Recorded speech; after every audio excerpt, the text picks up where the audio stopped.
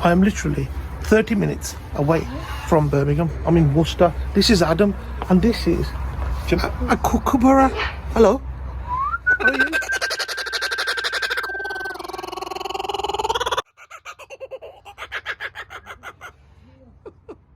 I've got with me Adam. He's got like, I would call it a sanctuary, from peacocks to pigeons to exotic animals to snakes, all sorts. This guy's thinking, can you say bearded bros?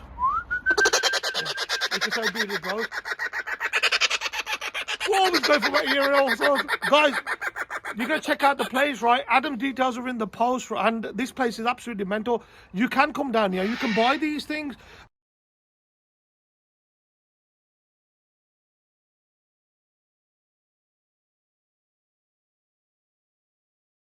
And as always, carry on watching. What are they going to carry on watching? He's not going to tell me. The bearded bros.